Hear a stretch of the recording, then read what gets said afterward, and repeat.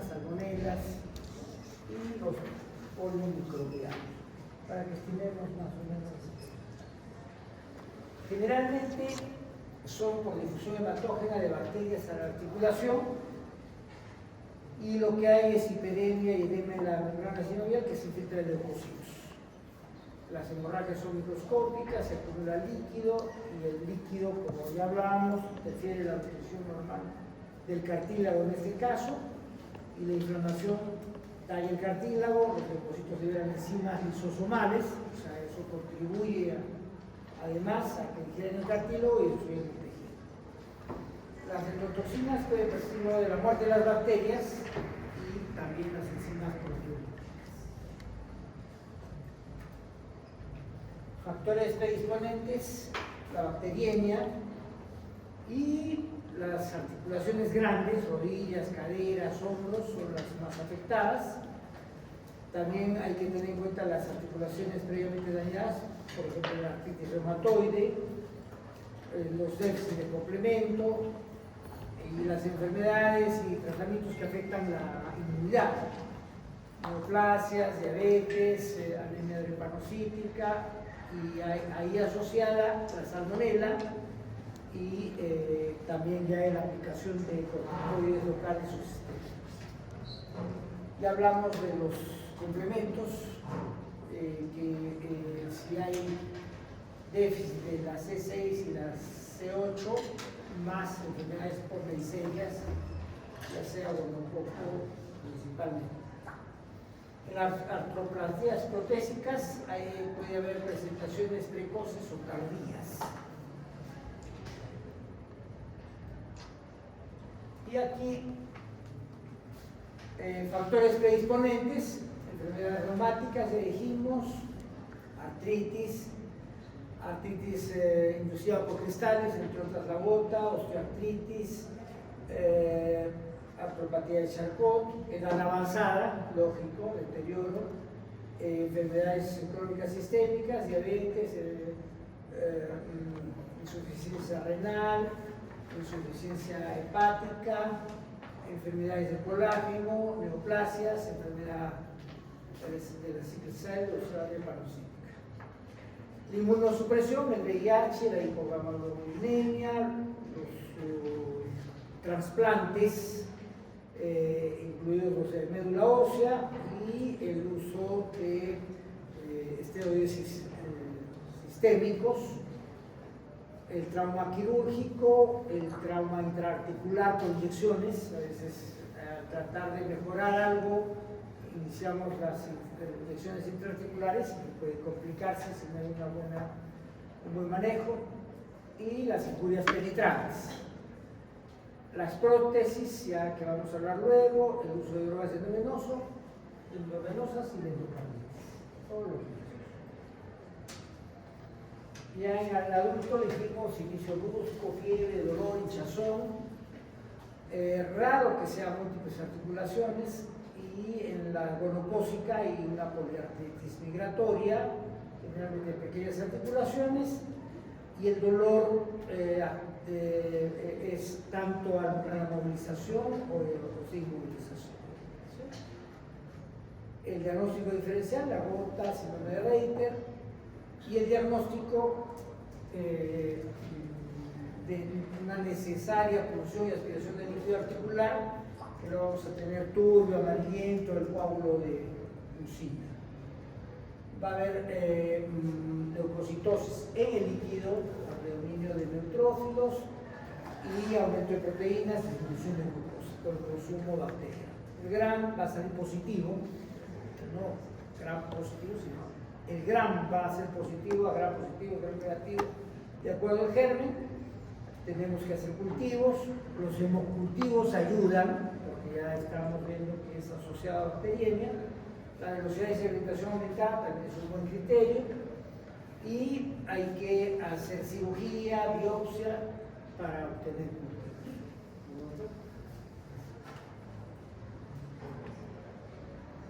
Ahí tenemos una artritis bacteriana.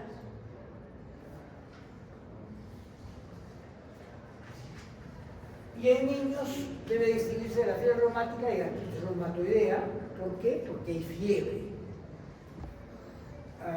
Hay un aumento de la velocidad de sedimentación, que el compromiso es poliarticular, a diferencia del otro. Los recuentos celulares de líquido articular son más altos y el cultivo es positivo en el líquido control.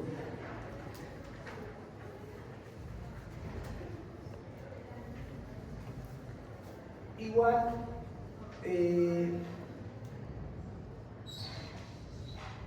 igual los riesgos, ¿no? Y las asociaciones de gérmenes, artritis reumatoide, estafilococo, uso de drogas endógenas, el estafilococo y las pseudomonas, diabetes, neoplasias, estafilococo aureus, estreptococos grupo B, huéspedes no comprometidos, estafilococo aureus, estreptococos, bacilos aerobios gram negativos, listerias. En niños, los bacilos gram negativos, Shigella fungae, ahí es para los niños menores de 4 años, adultos jóvenes menstruando, mujeres menstruando, con un coco, es un riesgo, articulaciones filocartilaginosas, por ejemplo la sífilis del pubis, estafilococo aureus y pseudomonas, mordeduras de perros y gatos, Pasteurella mentosidea, capnocitofaga y anaerobios. Mordedura de humano, y que en el lado corroides, anaerobios, y otros de la flora como Streptococcus viridans. Mordedura de rata, Streptobacillus rubidiniforme, en mujeres posparto, micoplasma, y si comemos leche o quesos no pasteurizados, brucela. Zonas de riesgo todavía hay en el sur del mundo. Ya eso es para el extranjero. Y las plantas, ahí a gérmenes más raros, Pantoca glomeras, más locales.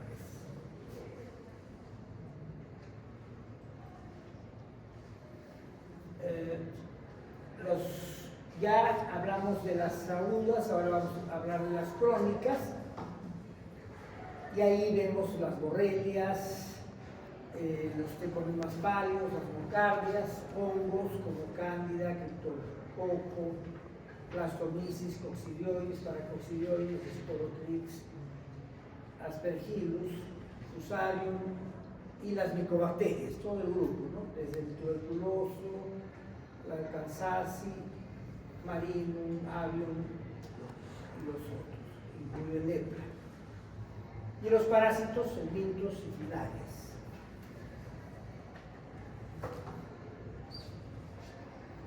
El diagnóstico diferencial por Mycobacterium es más benigna y es muy insidiosa. Y siempre hay que buscar tuberculosis pulmonar porque hay hasta un 50% asociada a actividad tuberculosa pulmonar. Y ahí en la columna vertebral, las caderas, las rodillas, los tejidos blandos también están comprometidos, hinchados y calientes, en una consistencia diferente, pastosa.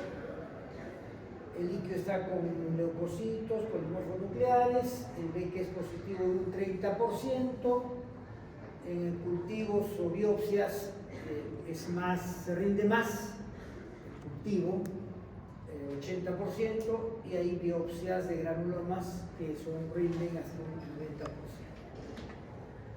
Por brucela el inicio es más agudo, con líquido articular purulento y grandes articulaciones, caderas, tobillos, sacroiliacas. Tenemos que cultivar el líquido, la sangre y las aglutininas séricas son definitivas. Si es positiva,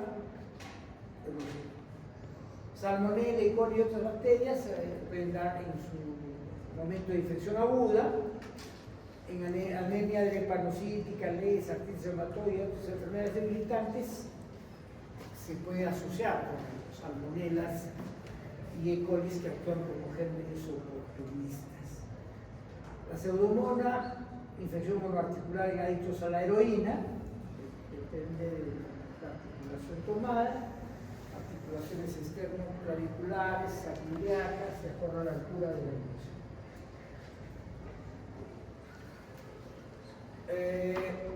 La mordedura de la rata, ¿no? 50% poliartritis migratoria muy dolorosa y afecta articulaciones grandes. La sífilis, poliartralgia migratoria por periostitis, ya son las articulaciones de Pluto, poliartrosis bilateral dolorosa, en niños mayores la articulación de Charcot, neuropatía no inflamatoria, la cadera dorsal, bursitis séptica, enfermedad del nécrano, por estafilococo aureus. Y también hay artritis virósicas agudas. O sea, los virus también pueden darme artritis aguda, rubiola, paperas, hepatitis B, togavirus. Son poliarticulares y con gran molestia dolorosa.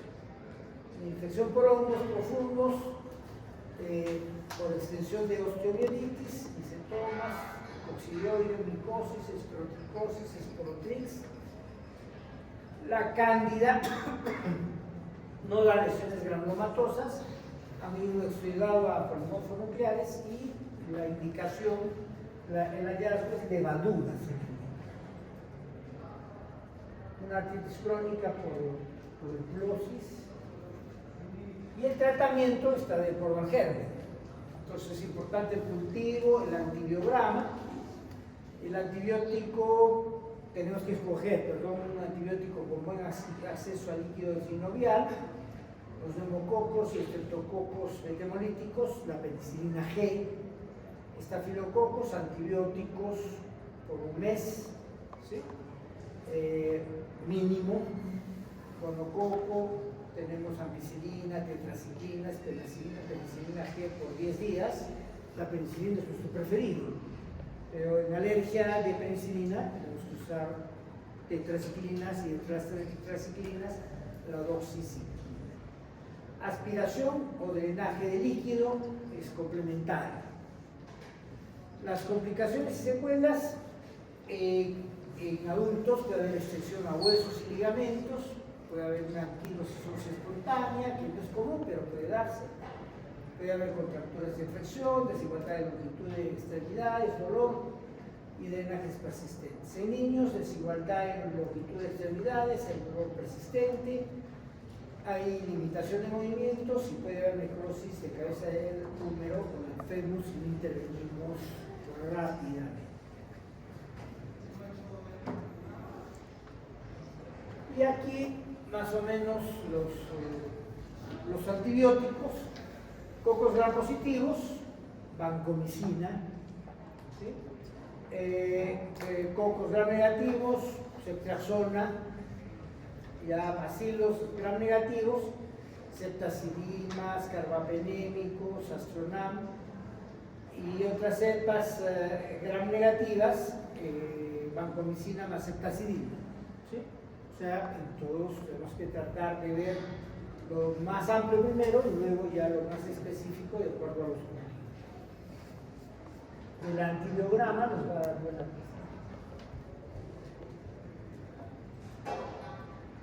Osteomielitis bacteriana. Aquí hay que tener en cuenta la infección de la parte cortical o medular del hueso, y ahí es más amplia la cosa, ¿no? Están primero la vía hematógena, es importante, y secundarias, foco infeccioso continuo, ya hablamos de las artritis, postraumática, trauma penetrantes, posoperatoria, trauma quirúrgico, ¿sí? Y las clasificamos también en agudas y crónicas. Ahí hay que ver que las metáfisis tienen arterias terminales, asas capilares, sinusoides venosos, y es factor de riesgo para émbolos infecciosos que se quedan ahí, taponando en estas metáfisis. Las respuestas humorales, celulares y de toxinas pueden dar necrosis ósea. Y el absceso de Brody es una colección rodeada de membrana fibrosa y pared de hueso denso, ¿sí? O sea, colección más hueso denso periférico.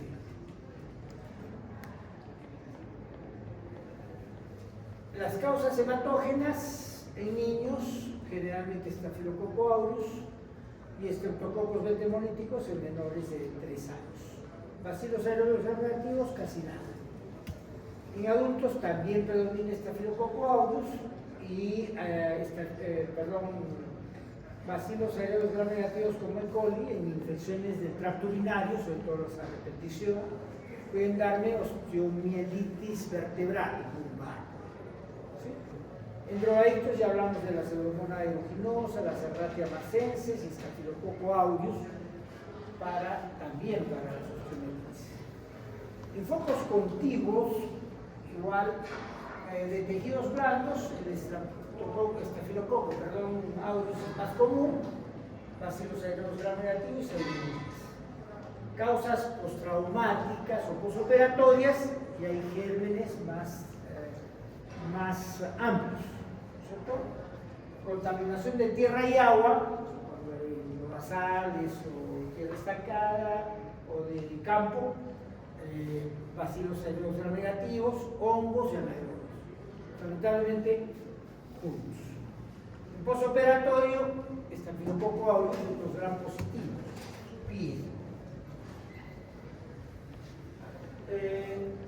En los niños de 3 a 15 años, hematógenas, el inicio es con dolor cada vez más intenso y fiebre, dolor articular y fiebre, letargia, irritabilidad, deshidratación, hay un compromiso general, hay hipersensibilidad y hinchazón, la testa flexionada, los músculos en espasmo, puede haber una pseudoparálisis frecuente, la leucocitosis y la velocidad de alimentación nos ayudan.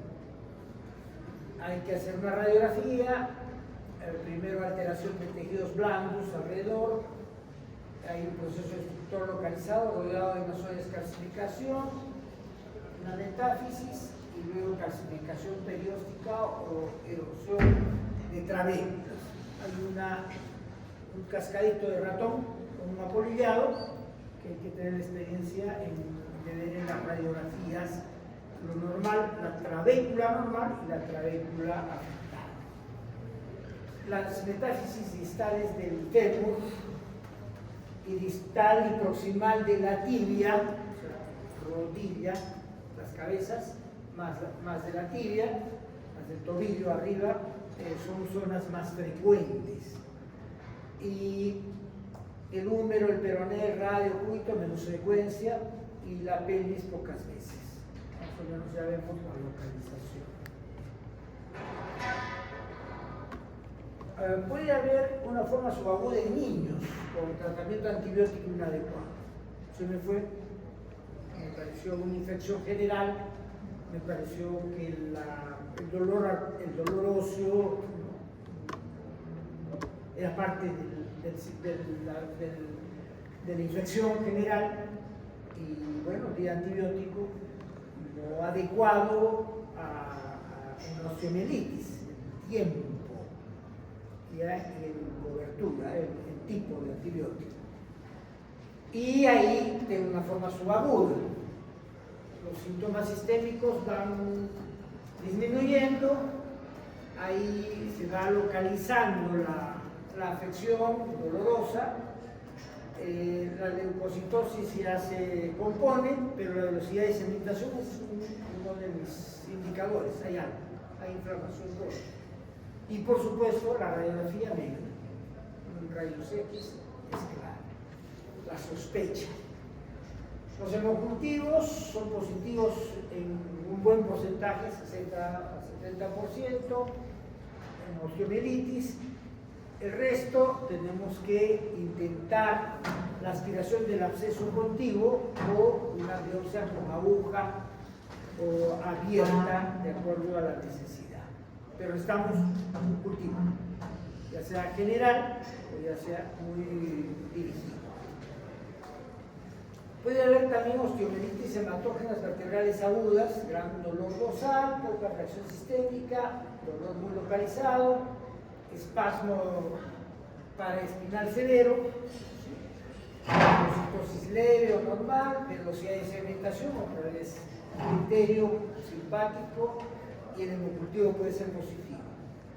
Hay que cultivar el tejido por biopsia con aguja del cuerpo vertebral, biopsia dirigida, y teniendo en cuenta que las radiografías son normales los primeros 10 a 14 podemos encontrar una radiografía con alteraciones. Tenemos que hacer sospecha. Ahí puede haber estrechamiento del espacio del disco, desmineralización de la placa terminal, y hay erosión del cuerpo vertebral y de la placa terminal, pérdida de altura vertebral, aplastamiento vertebral.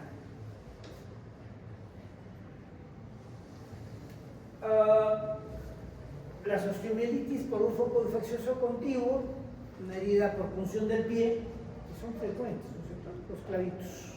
¿Sí? En el pie puede darnos absceso de tejidos blandos o una artritis séptica maltratada y se complica con osteomielitis por contigüidad.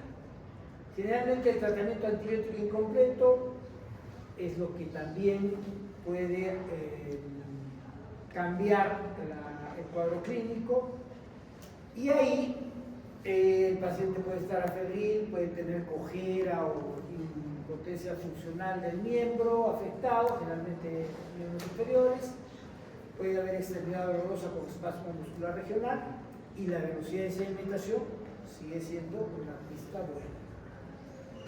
Y la radiografía ya me va a dar cambios característicos por el tiempo.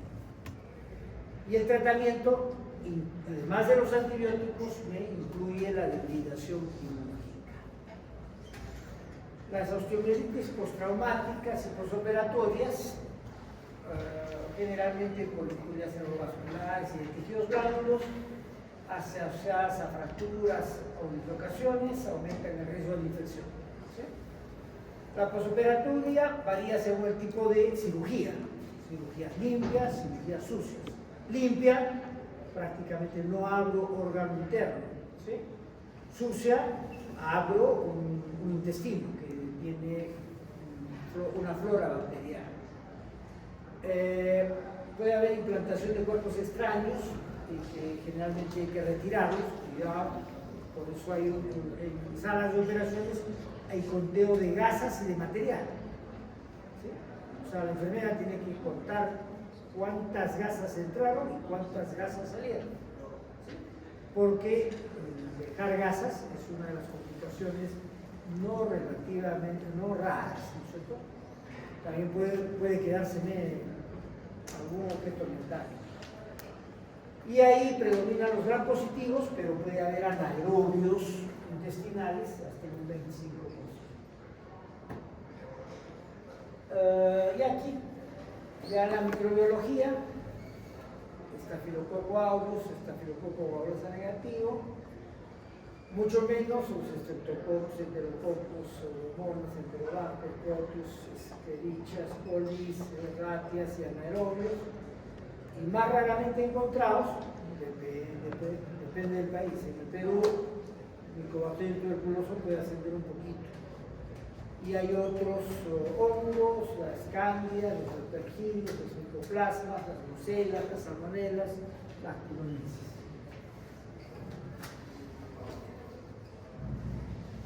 El tratamiento de la osteomielitis hematógena aguda en niños, el riesgo puede ser mortal.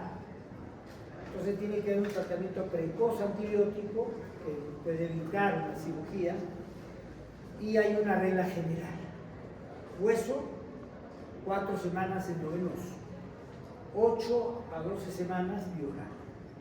Pero hay reglas más específicas, ¿no? Pero cuidado, 4 semanas endovenoso y el resto oral.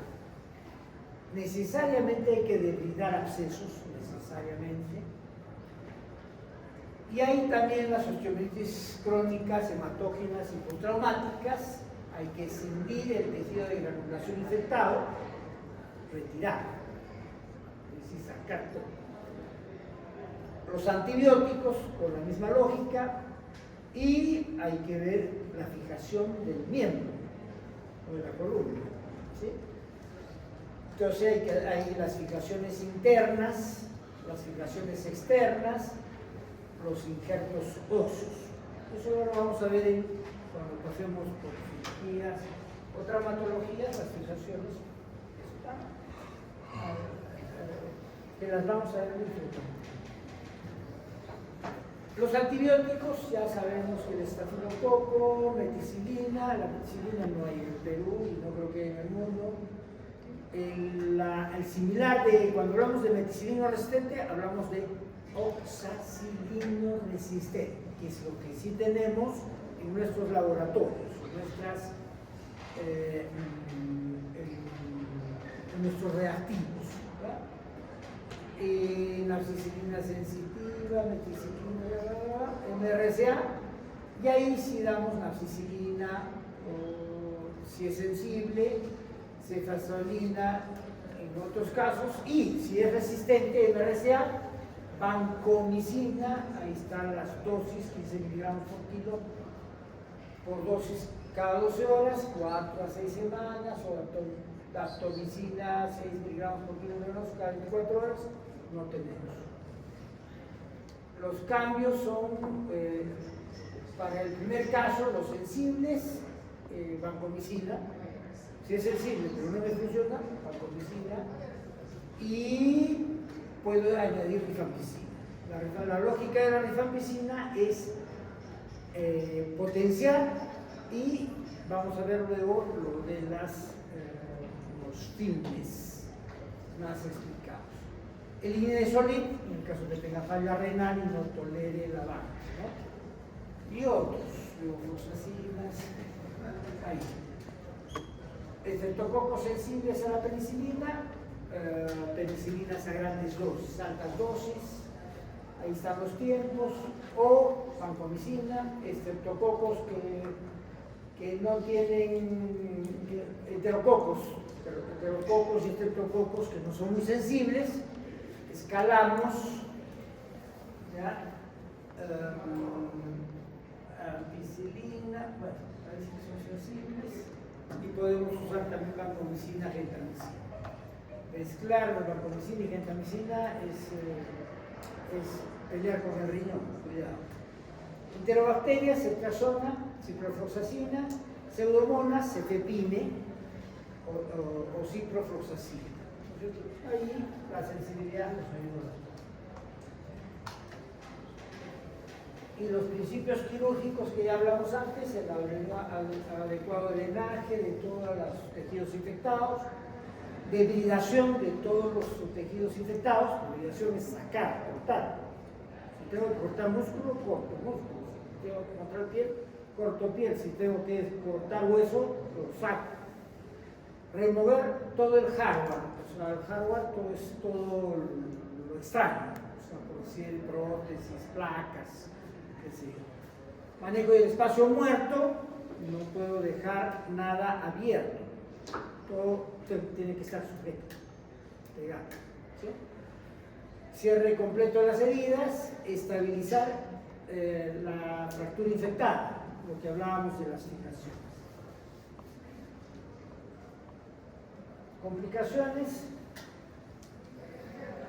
infección recurrente, 15 a 20% asociado a tratamiento antibiótico de desviación inadecuada. Desviación inadecuada, problema del traumatólogo, tratamiento antibiótico, problema del infectólogo, del internista. El tiempo tenemos que manejar. Y esa infección recurrente, crónica, a largo plazo, en un porcentaje mínimo, pero puede darle cambios malignos, carcinomatosos o sarcomatosos. Neoplasia. Inflamación crónica, neoplasia. Hay un epitelio hiperplásico de reparación de elementos antiinflamatorios estimulados que se hacen neoplásicos. Tenemos el carcinoma escamocelular, en ese porcentaje.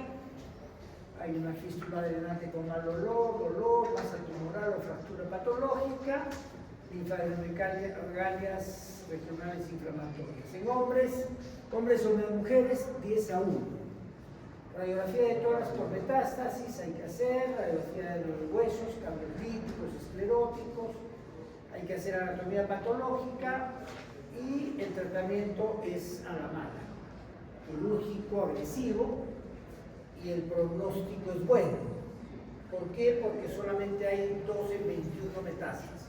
O sea, con otras palabras, las metástasis son relativamente raras. O sea, si logramos entrar rápido, solo con cirugía agresiva, ya saben qué significa cirugía agresiva, ¿no es cierto?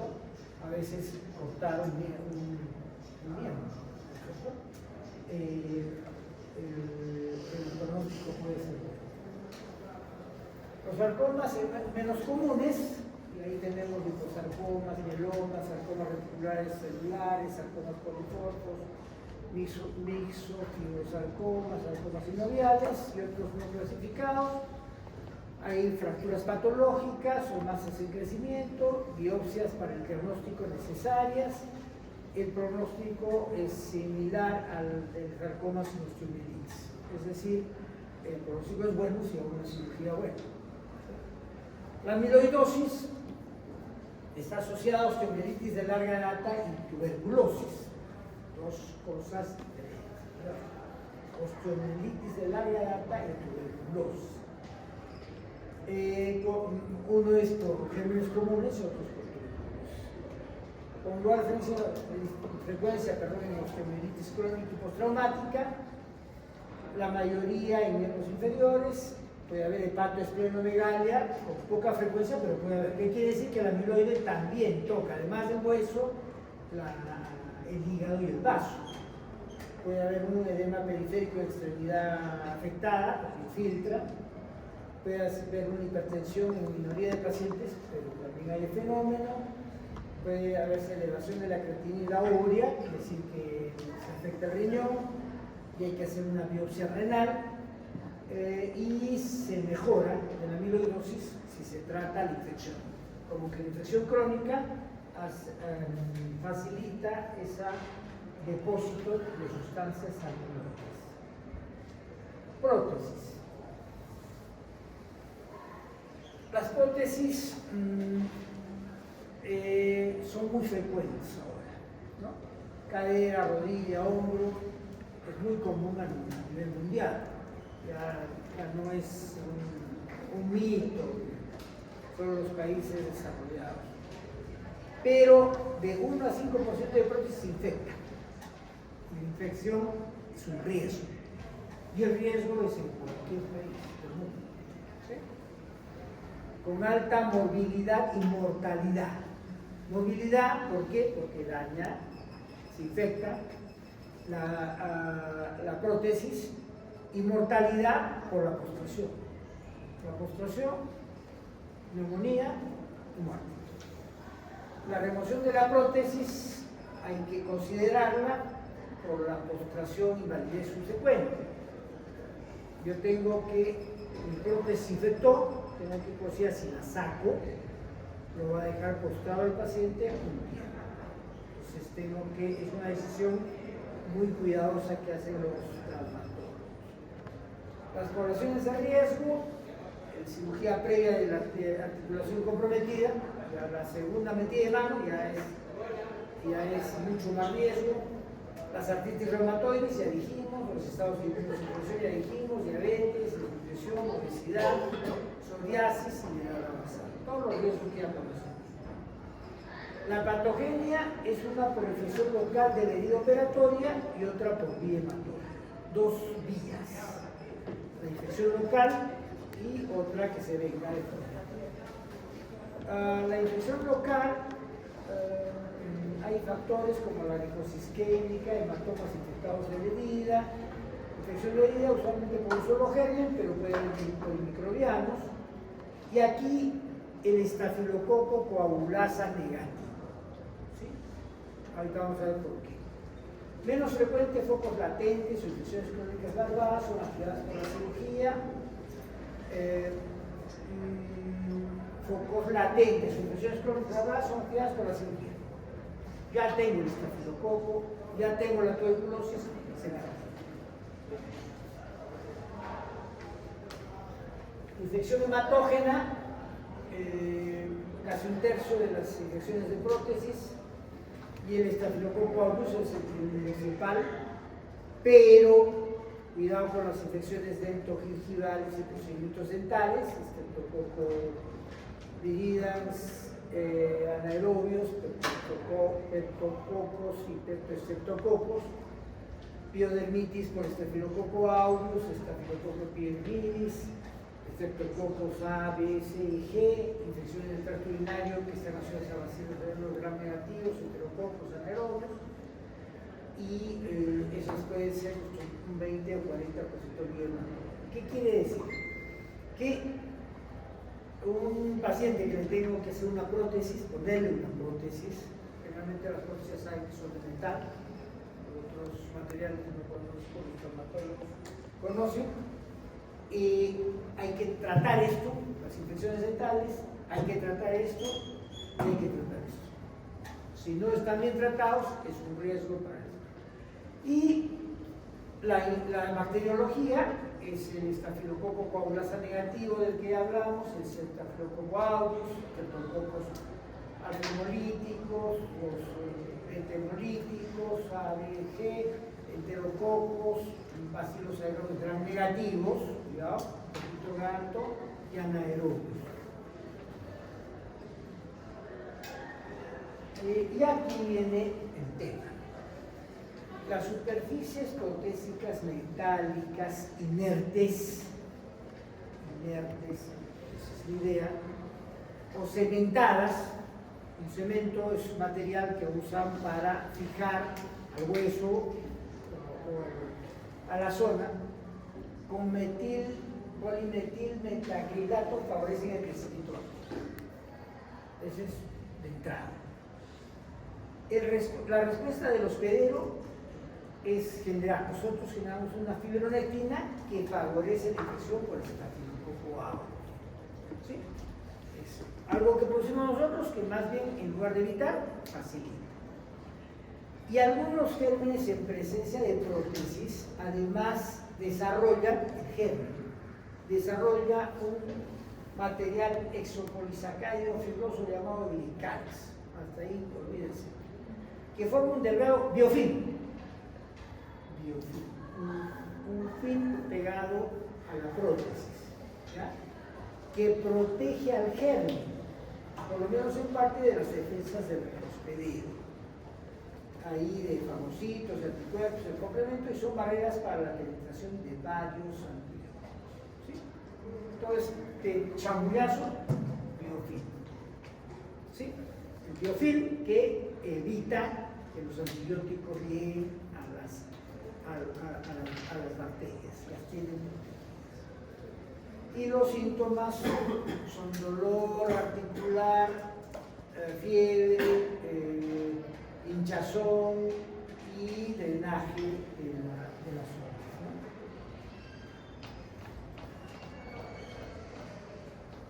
Ya dijimos, dolor articular, fiebre, supuración, hinchazón, la radiología, ¿sí? En zonas hipodensas con zonas hiperdensas. Ya eso es una para mí, ¿no? Pero ya los traumatólogos tienen ya su experiencia viendo más casos de osteomielitis. Yo no le voy a competir a diagnosticar a un traumatólogo o a un radiólogo, ¿no? Pero más o menos este tipo. Acá no debería haber este huequito, ¿cierto? No debería haber solo hueso, y este hueso debería estar pegado acá a esto. ¿Sí? Esos ya son signos, ¿ya? Y ellos usan la radiología y ya usan otras técnicas mucho más sensibles. Gammagrafías óseas con tecnesio GAR, o sea, ya marcadores mucho más específicos para hacer evidente la infección. Y lo que tienen que hacer ellos es aislar el germen por punción. Hay leucocitosis con polimorfonucleares. En el líquido de adentro, en el líquido contenido, hay proteínas aumentadas y disminución de la glucosa por consumo. ¿Sí? Eso es el diagnóstico. El tratamiento, remoción de elementos extraños, ya hablamos de la prótesis, una decisión de esas bravas, remoción del cemento y del biofilm. La remoción y reimplante puede ser en un tiempo o dos. Lo recomendado es una recomendación, es remoción, 6 semanas de antibiótico y reimplante. ¿Sí? Es una recomendación, son varias.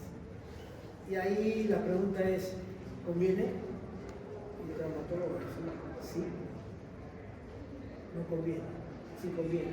Una nueva operación no me conviene porque es un hecho. ¿Sí? O sea, la complicación de acuerdo al paciente. Y ahí ya hay otras técnicas, y supongo que en algún momento vamos a mejorar eso mucho más. Sustancias, ¿cómo se llaman los aminoglucósidos? Tobramicina, gentamicina, más vancomicina, local en la cementación. El cemento ya viene con su antibiótico para evitar la infección. Y en la infección con estafilococo aureus o otro estafilococo se puede usar rifampicina. La rifampicina se usa para la tuberculosis. La rifampicina también afecta a los gram positivos, entre otros los estafilococos. Pero cuando damos la rifampicina por mucho tiempo genera resistencia a la rifampicina. Pero la rifampicina permite que el otro antibiótico penetre el biofiltro. O sea, lo hace permeable. Entonces asocio un antibiótico a la rifampicina. Y es así, rifampicina más un antibiótico por 6 a 8 meses sin retirar la prótesis. Es una alternativa cuando el cirujano no quiere meter la mano. Y tenemos un resultado de hasta el 80% positivo. Esta terapia antibiótica supresiva, si la prótesis no puede ser removida, el patógeno no es muy virulento, el patógeno es muy sensible al antibiótico oral, el paciente tolera el antibiótico oral, y ahí cumplimos de nuevo la norma, 4 semanas endovenoso y luego oral por la noche. ¿Sí? Y vemos estreptococos, estafilococo aureus, estafilococo aureus negativo y el estafilococo aureus prevención, ya dijimos, evaluar los focos sépticos, curar la neuropatía obstructiva, curar las infecciones dérmicas y otro sistema que es la terapia antibiótica profiláctica, la profilaxis operatoria, oxacilina o cefazolina antes de la intervención quirúrgica 4 a 6 horas y 1 o 2 días después de la cirugía. Y uso de la cimentación impregnada de aminoglucosa.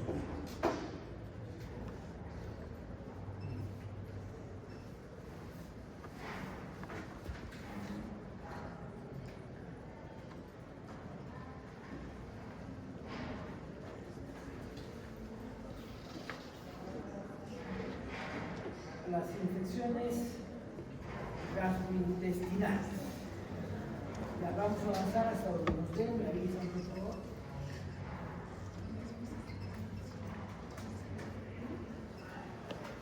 En las infecciones gastrointestinales principales, porque hay muchas, tenemos la shigellosis. La shigellosis es la disentería basilar. La otra disentería es la disentería amebiana. Una infección aguda o complicante del tracto gastrointestinal, causado por Shigella. Diarrea por Shigella. Y el espectro, ahí puedo ser portador asintomático, no tengo nada, pero tengo la Shigella y la voy regando. Puede ser una diarrea simple. Puede ser disentería franca, disentería basilar. Que ahí tiene fiebre, tenesmo, calambres abdominales y diarrea con moco y sangre. La clásica disentería, pero disentería con fiebre. La disentería amebiana, generalmente sin fiebre. Y el generalmente, úsenlo así, generalmente. Porque alguien decía, ¿quién se come una ameba Purita, siempre tiene sus E. coli y sus otras bacterias acompañantes, ¿no? El hombre es el principal hospedero y la transmisión es orofecal. La Shigella, enterobacteria, gram negativos no móviles, 4 grupos: Dicenteriae, Flexneri, Boidy, Soneri. Se distinguen del E. coli por su falta de fermentación de la lactosa, de las salmonelas por no producción de grasa en la glucosa y de la salmonella artificial por su falta de motilidad. Eso sí, para los que quieren ser laboratoristas. Se adhiere a la mucosa, escuchen bien eso, penetra las células epiteliales, se extiende de célula a célula y se multiplica causando enfermedad. Invade. Su inóculo es de 10 a 100, menor que Vibrio, cólera y E. coli. Inóculo es la cantidad de un bicho para producir enfermedad. ¿Ya? En este caso, 10 a 100 bacterias. Menor que Vibrio, cólera y E. coli. ¿Qué quiere decir? Que necesito más Vibrios, más E. coli para que tenga la enfermedad. Invaden el colon, no van arriba, van al colon principalmente, donde hay un receptor que apoya eso. Hay una invasión menor de la submucosa, o sea, la mucosa sí invade, no necesariamente la submucosa. Y la severa inflamación limita la enfermedad a la pared intestinal, causa fiebre, calambres, tenesmo, ulceración de la mucosa, microabscesos, pérdida de líquido y el eclipse de luz intestinal. Además, hay una diarrea por una exotoxina enterotóxica y puede haber daño neurológico por una neurotoxina. Además, pero, ¿qué estamos diciendo? Que la invasión es más que las toxinas, generalmente. Cuando tenemos casos especiales, puede ser que nos dé algo de esto. Ahí están las especies, ¿no? Y más o menos el número de casos con el inóculo. Y vemos que sí se da casos. La clínica, diarrea, dolor abdominal y fiebre, porque domina. Incubación 2 a 4 días y hasta 7 días. La diarrea sanguinolenta en 25 a 50% de los casos. Hay hipersensibilidad abdominal, más en cuadrantes inferiores, colon, ruidos aéreos aumentados, no irritación peritoneal. Hay más casos subclínicos que clínicos. O sea, lo leve es más. Y la excreción fecal puede persistir días y semanas. Las formas clínicas, ya dijimos la disentería clásica, heces líquidas, escasas con sangre no pus. Una diarrea acuosa sin complicaciones, también hablamos, y una combinación de las dos, primero acuosa y luego disentérica. ¿Por qué? Porque primero tomo un poquito del intestino delgado y luego eso. Generalmente es una enfermedad benigna sin complicaciones en personas bien nutridas. Las infecciones severas pueden ser en los niños pequeños y los ancianos, con deshidratación, trastorno de electrolítico, shock. Hay que atacar rápido la deshidratación. En los niños puede producir síndrome dinámico hemolítico asociado a reacción leucemia, colitis membranosa, complejos inmunes circulantes, y ahí encontramos endotoxinas circulantes. Porque hablábamos de que las toxinas no dominaban, en algunos casos sí, sobre todo cuando hay baja inmunidad. La obstrucción intestinal es un signo ominoso de este síndrome urémico hemolítico.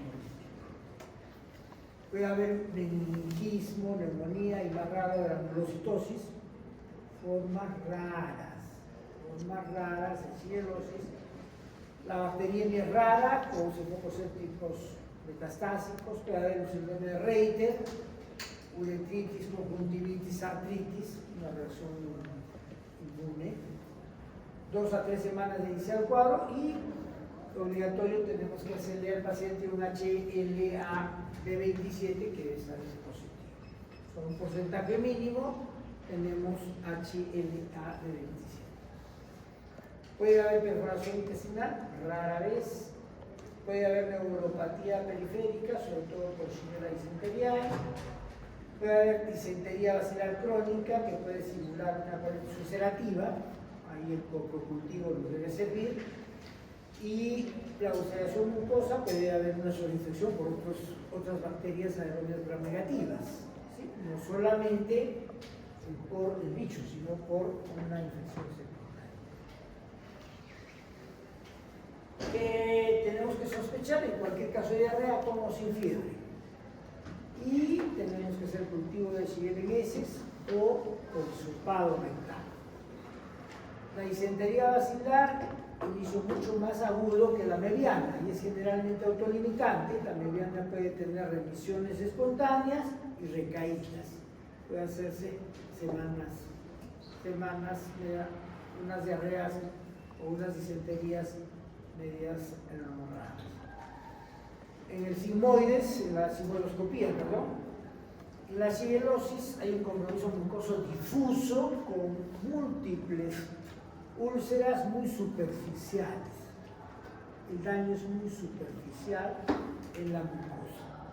En la mediasis, las úlceras son minadas, o sea, más profundas, con bordes elevados y mucosa normal entre las úlceras. ¿Sí? Entonces, alguien que hace una endoscopía va a diferenciar fácilmente una Shigella de una ameliasis en el caso que sea necesario. Vamos a pedir leucocitos fecales en disentería basilar, ameliana, salmonelosis, colitis invasiva por E. coli y colitis ulcerosa. ¿Qué significa leucocitos en heces? Invasión. ¿Sí? En la disentería basilar, que es invasiva, mínima, pero invasiva. En la ameba, invasiva, síndrome disentérico. En la salmonelosis, invasiva. En la colitis invasiva por E. coli entero invasivo, ahorita vamos a ver eso. Y en la colitis ulcerosa vamos a encontrar leucocitos fecales. Leucocito en heces, ¿qué significa? Inflamación. Esa es nuestra idea. La infección ya la demostramos como el cultivo oral. No leucocitos fecales en diarreas por enterotoxinas, eso vamos a verlo luego, ni por virus. ¿Sí? No leucocitos.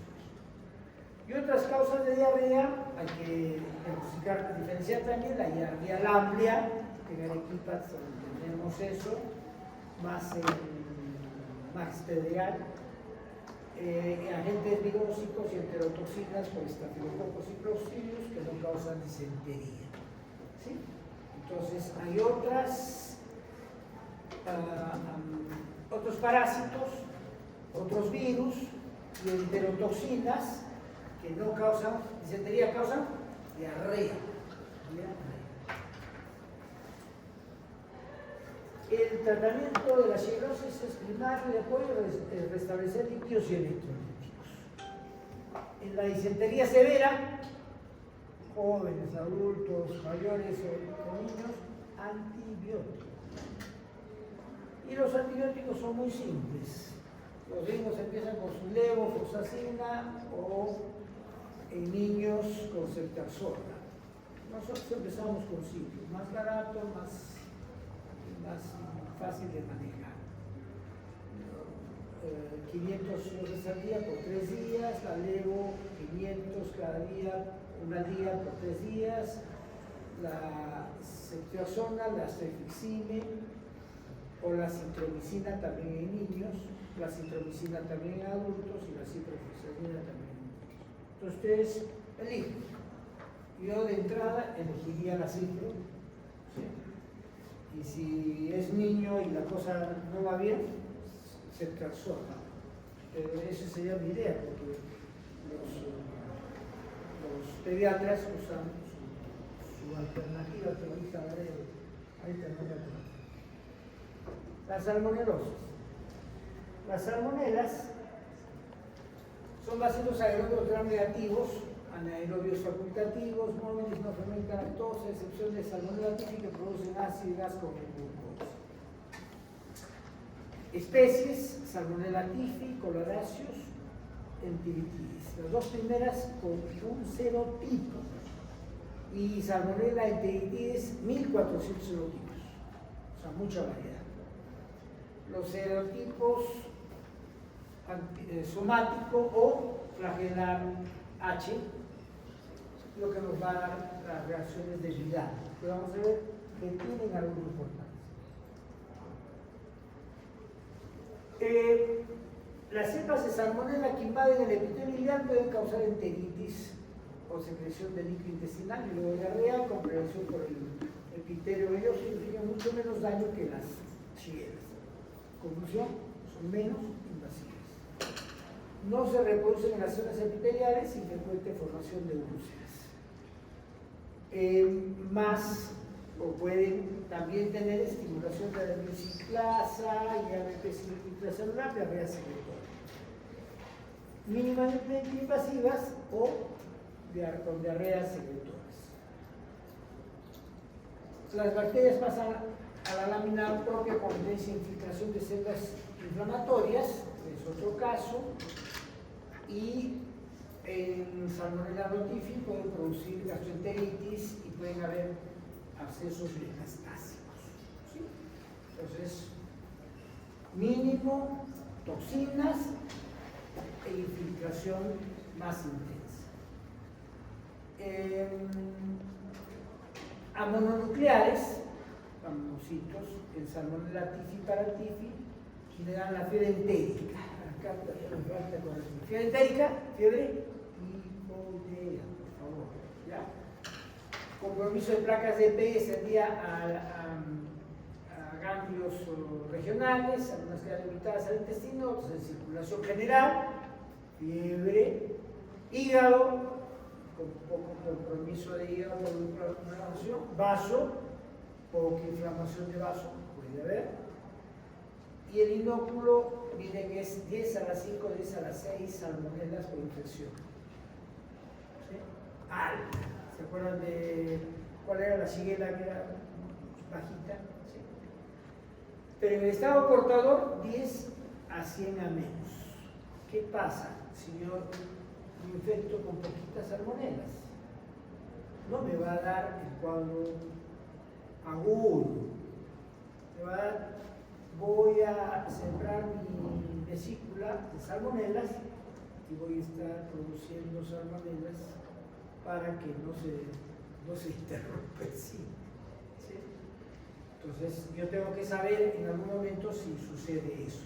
Hay métodos que vamos a ver más adelante para ver eso, diagnosticar, perdón. La clínica es en 2/3 es en forma de enteritis, diarreas por salmonela. Gastroenteritis por infección intestinal, incubación 12 a 48 horas, náuseas, vómitos, seguidos de dolor abdominal, diarrea variable, puede haber fiebre menor de 39 grados, o sea, de bajo grado, por 24 o 48 horas, o sea, no es una fiebre larga. Y en adultos la bacteriemia pues, es mucho menos del 4%, aumenta ruidos aéreos, hipersensibilidad abdominal moderada, algo de dolorcito, sobre todo abajo, y en algunos casos la cosa está muy fuerte, sobre todo en las placas de Peyer, que tengo que hacer diagnóstico diferencial con apendicitis. ¿Sí? Puede haber colecistitis aguda en 5 días, un día varias semanas. En las heces pueden encontrar leucocitos, ya dijimos, y hipercontinuidades. ¿Sí? Gastroenteritis, infección intestinal. ¿Sí? Y la fiebre entérica, fiebre tifoidea. Fiebre tifoidea, Salmonella typhi, paratíficas, ahí los enteritis, el paratyphi, el Salmonella, el Creutzfeldt. Puede ser por cualquier serotipo. El cuadro de la paratifoidea es muy similar al de la tifoidea, pero más benigno, y es una bacteriemia continua. Fiebre continua por varias semanas. cefalea, malestar, ¿sí? Sensación febril vespertina. ¿Qué quiere decir? Que a pesar de que tengo fiebre todo el día, siento fiebre por las tardes. ¿Por qué? Porque mi actividad, mi dieta, el ambiente, aumenta un poquito, medio gradito y siento fiebre.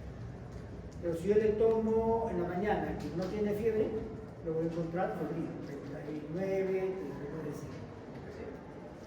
39,5. Hay bacteriemia continua, por eso es la fiebre continua. Y hay otras bacteriemias por salmonella, notifis, fiebre prolongada, bacteriemia intermitente. En niños es más numeroso, fiebre, gastroenteritis, bacteriemia breve. En adultos la bacteriemia es transitoria. Y dependiendo de que si hay algunas cosas que me condicionan, puede haber hasta septicemia.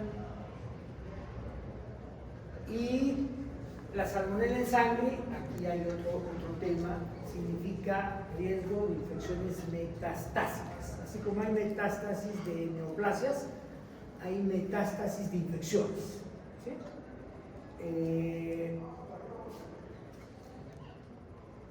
Y hay otro más. Pero eso de las metastásicas, por ejemplo, puede haber en huesos, osteomielitis, en articulaciones. Las infecciones focales, producto de las bacteriemias, abscesos metastásicos, osteomielitis, meningitis, neumonía, también pielonefritis, endocarditis, artritis subcorativa, lo que acabamos de decir ahorita.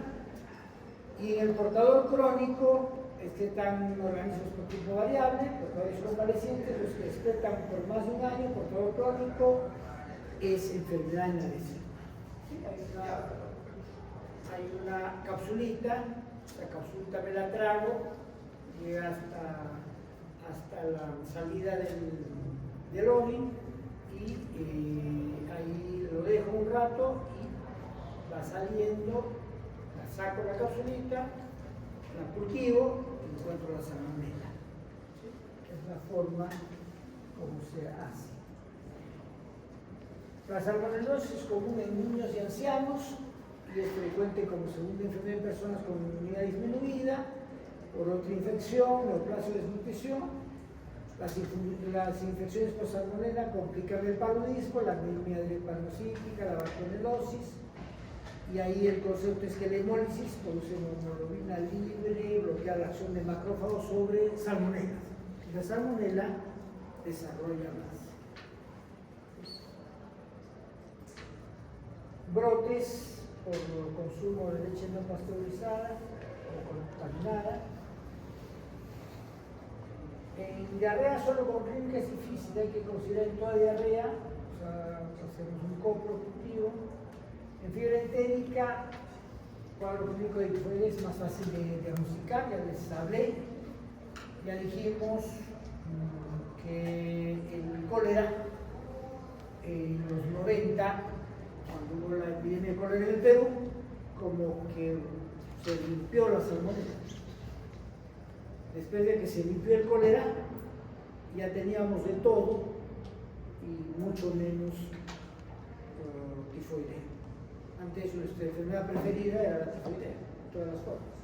Ahora es difícil diagnosticar una salmonella, pero tiene que estar dentro del diagnóstico diferencial que ustedes tienen que saber.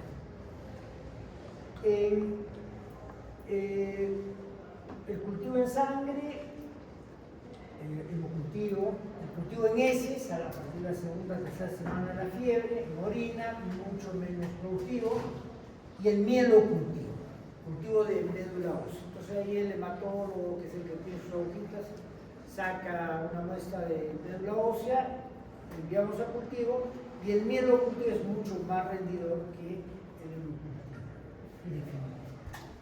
Las reacciones de Vidal a aglutinaciones tienen un poco algo, depende. Si no tiene fiebre, olvídense, la reacción de Vidal no sirve para nada.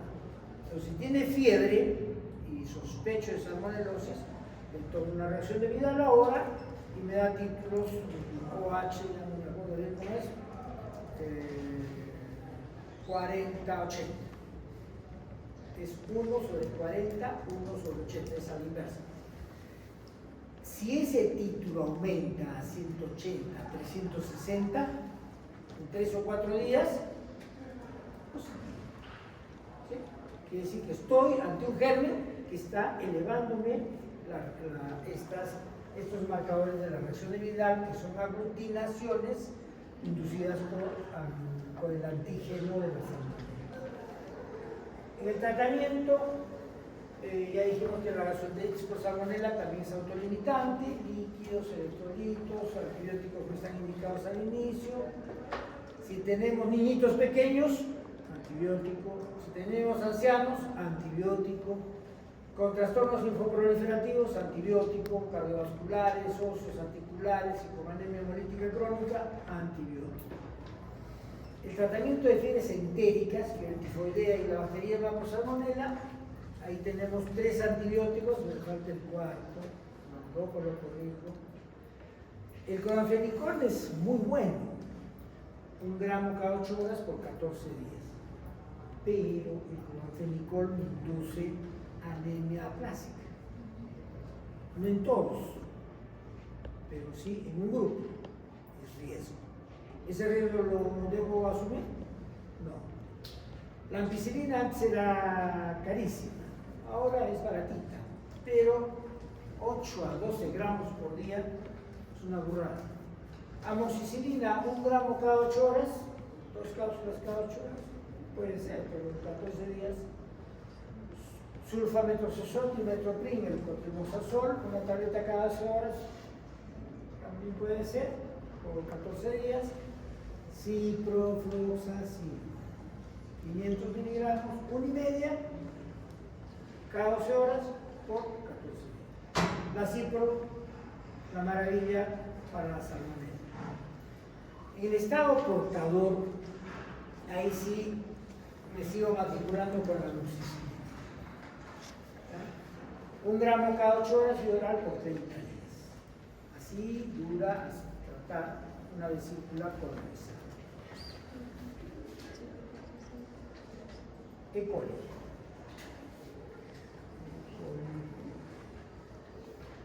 ¿Hacemos cuánto?